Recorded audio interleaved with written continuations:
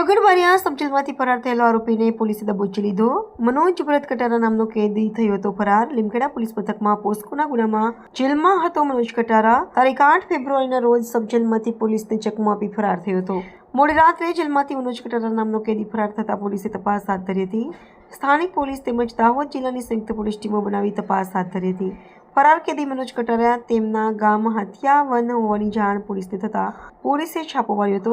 મનોજ કટારા તેના ઘરમાં હતો ને પોલીસે તેને દબોચી લીધો હતો। સબ જેલમાંથી ફરાર થયેલા કેદીને પોલીસે ગણતરીના કલાકોમાં ઝડપી પાડી જેલના હવાલે કર્યો।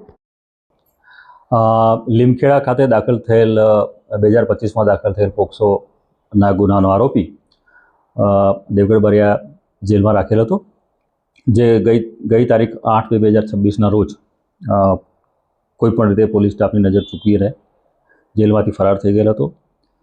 તે આરોપીને પકડી પાડવા માટે પંચમહાલના in charge range IGP Shri Sandeepsinh સાહેબ તથા પોલીસ અધિક્ષક શ્રી રવિરાજસિંહ જાડેજા સાહેબનાઓએ અમને સૂચના આપી, જે અનુસંધાને અમારી ડીવાયએસપી લીમખેડા ડિવિઝન તથા લીમખેડા દેવગઢ બારિયા પીઆઈ શ્રી રાજપૂત સાહેબને સૂચના આપી અને એલસીબી એસઓજીની ટીમો બનાવી અને આ ભાગેલા આરોપીને શોધવા માટે સઘન પ્રયત્નો કરતા આ આરોપી અમને તેના ઘરેથી મળી આવેલ, જે આરોપીને હસ્તગત કરી ગુનો દાખલ કરેલ છે।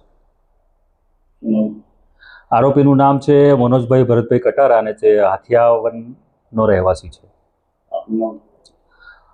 હું AK કલાસવા છું, મારું નામ AK કલાસવા છે। હું ઇન્ચાર્જ ડીવાયએસપી લીમખેડા ડિવિઝનમાં ફરજ બજાવું છું અત્યારે।